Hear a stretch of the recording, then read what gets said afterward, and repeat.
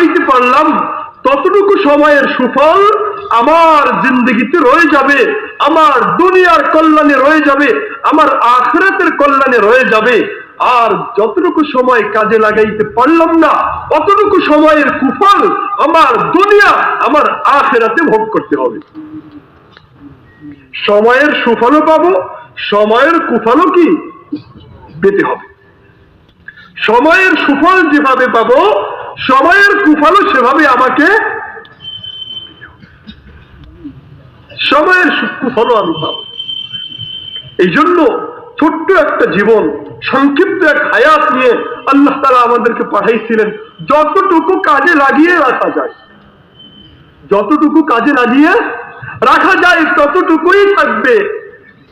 যতটুকু কাজে লাগাইতে পারলাম না ততটুকুর জন্যই আফসোস হবে, জিন্দগির শেষ সময় আফসোস হবে। জিন্দগিতেই কি বলেন আফসোস হবে, দুনিয়ার জিন্দগিতেই আফসোস হবে, আখিরাত তো যেন বাকি আছে। দুনিয়ায় আফসোস করবো, ওই সময়টা যদি আবার ফিরে আসতো, ওই সময়গুলো যদি আবার ফিরে আসতো, ওই মুহূর্তগুলো যদি আবার ফিরে আসতো। আল্লাহ তাআলাকে কিয়ামতের দিন বলবো, আল্লাহ আমার একটু ফিরে দেন, আমার একটু কি ফিরে দেন দুনিয়াতে, আমার চাইতে উত্তম, আমার চাইতে মুত্তাকি বান্দা আপনি আর পাবেন না। এমন এমন করবো যে আমার চাইতে ভালো বান্দা এই জমিনের মধ্যে আপনি আরেকজন পাবেন না। আশা কি যাবে সেখান থেকে? আশা কি যাবে সেখান থেকে বলেন? চাইলেও আসা যাবে, চাইলেও সেখান থেকে আসা যাবে না। আমার মনে চাইবে অনেক আসছে এখানে।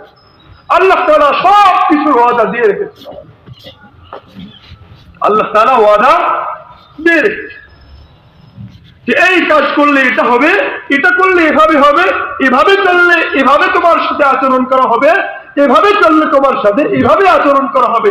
সব বিধিমালা, সব নীতিমালা আল্লাহ তাআলা কোরআনের মধ্যে লিখে দিয়েছেন, সব লেখা আছে কিভাবে আমার সাথে দুনিয়ার শেষে আমার মৃত্যুর সময় থেকে আখিরাত পর্যন্ত, কিয়ামতের ময়দান পর্যন্ত আমার সাথে আচরণ কেমন করা হবে সেটা ওখানে লেখা আছে।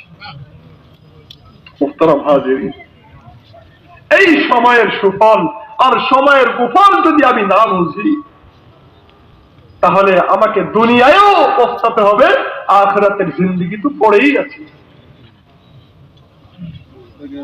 কেউ জান্নাতে যাবে, কেউ জাহান্নামে যাবে, ঠিক না? কি বলেন? যেহেতু আল্লাহ তাআলা জান্নাত এবং জাহান্নাম বানাইছেন, যেতে তো হবে, কি বলেন? হবে না?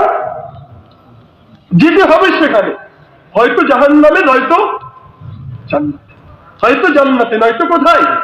জাহান্নামে। দুইটার একটাই তো সবাই যাবো, আমরা যাবো না? কি বলেন? এই ব্যাপারে কি কারো কোনো সন্দেহ আছে আপনাদের? কারো কোনো সন্দেহ আছে যে আমি জান্নাতেও যাবো না জাহান্নামেও যাবো না? হ্যাঁ, এরকম কোনো সন্দেহ আছে? যে কিয়ামত বলতে কিছু নাই, পরকাল বলতে কিছু নাই, আখিরাত বলতে কিছু নাই, এই মরার পরে কবরে দেবে, সেখানে পচে গলে মাটির সাথে মিশে যাবো, বাস শেষ।